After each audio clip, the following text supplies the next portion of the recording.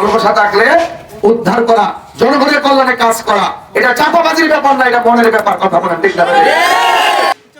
একাধিক জায়গায় যেতে হবে, এই জন্য আমি আপনাদের সরাসরি বক্তব্য চলে এসেছি।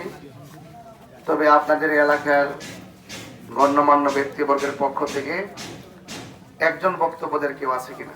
সংক্ষিপ্ত এলাকার পক্ষ থেকে একজনকে বক্তব্য দেবেন, এই গ্রামের পক্ষ থেকে।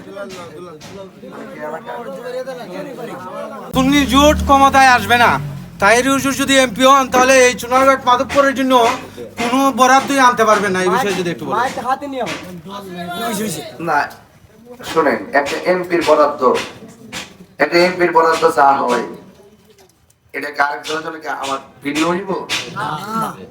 আমি যখন জনপ্রতিনিধি হব, আমার এই যে নির্বাচনী এলাকায় যতগুলো কাজ আছে, এই কাজগুলো ওনারা রাষ্ট্রতন্ত্রের জায়গা থেকে বাজেট করবে, ঠিক না? ঠিক।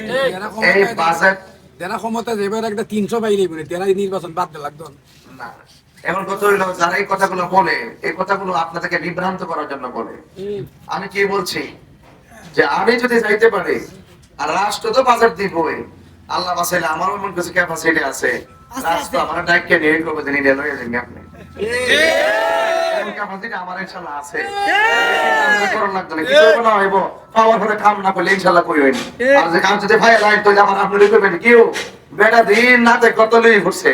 ঘটনাটা কি? তা ঘটনাটা ওই যে ভালোবাসা থাকলে উদ্ধার করা, জনগণের কল্যাণে কাজ করা, এটা চাপাবাজির ব্যাপার না, এটা মনের ব্যাপার। কথা বলেন ঠিক না? মন তৈরি করেন, আল্লাহর রহমতে একজন প্রতিনিধি কি পায় কি আসে এটা আপনারা সব জানবেন। বিল বলে টানাই দিয়ে আপনাদেরকে জানাইতে হবে ইনশাআল্লাহ। সবাই ভালো থাকেন, সুস্থ থাকেন। আসসালামু আলাইকুম ওয়া রাহমাতুল্লাহ। আল্লাহুম্মা আমিন।